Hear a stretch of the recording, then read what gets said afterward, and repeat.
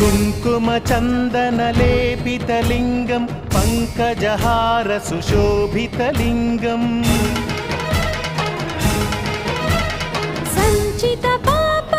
सञ्चितपापविनाशनलिङ्गं तत्प्रणमामि सदा शिवलिङ्गम्